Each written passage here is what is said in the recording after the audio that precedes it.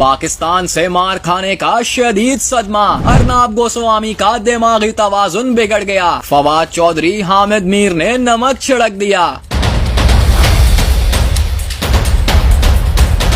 मार खाई दुनिया भर में झूठे भी साबित हुए। पाकिस्तान के आगे सरेंडर भी किया और फिर सीज फायर भी कर ली। भारतीय मीडिया अमरीकी सदर पर ही गर्म हो गया। अर्नाब गोस्वामी को तो शदीद मिर्चें लग गईं, उछल उछल कर रोने लगा। फवाद चौधरी और हामिद मीर ने जख्मों पर नमक छिड़क दिया।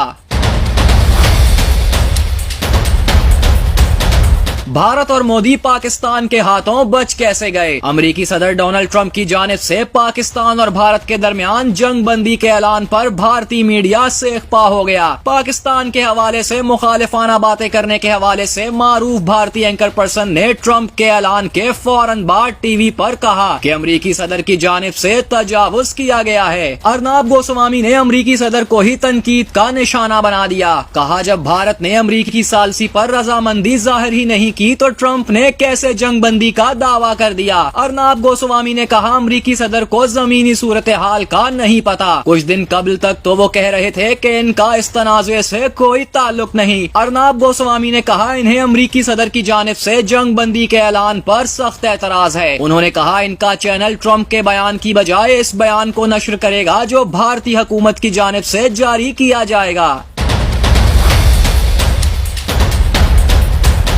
दूसरी जानिब बेवकूफ सहाफी ने तो अपने प्रधानमंत्री मोदी जी से भी सवाल कर लिया। ख्यालों की दुनिया में रहने वाले गोस्वामी ने कहा कि ये आजाद कश्मीर पर कब्जा करने का बेहतरीन मौका था। अब इस निकम्मे और दुनिया भर के झूठे नाम नेहाद एंकर को कौन समझाए कि इसको और भारत को तो अमेरिका ने बचा लिया है, वरना इस बार पाकिस्तानी आर्मी ने तुम्हारा वो हाल करना था जो तुमने सोचा भी नहीं होना था। अर्नाब की हालत देखकर फवाद चौधरी ने भी इंडिया वालों को मशवरा दिया कि इसको बचा लो वरना गम में ट्रेन के नीचे आकर जान दे देगा। जबकि एंकर पर्सन हामिद मीर ने भी खरी खरी सुना दी। लिखा, मिस्टर गोस्वामी, आप हारे हुए हैं। आपको तस्लीम करना होगा कि पाकिस्तान ने ये जंग फौजी और सफारती महाज पर जीती है। अमरीकी सदर ने तो आपको जान बचाने का मौका दिया। आपने जाली खबरों के जरिए ये जंग जीतने की कोशिश की, लेकिन आप इसे बुरी तरह हार गए। आपने असल में पाकिस्तान को नहीं, इंडिया को नुकसान पहुंचाया।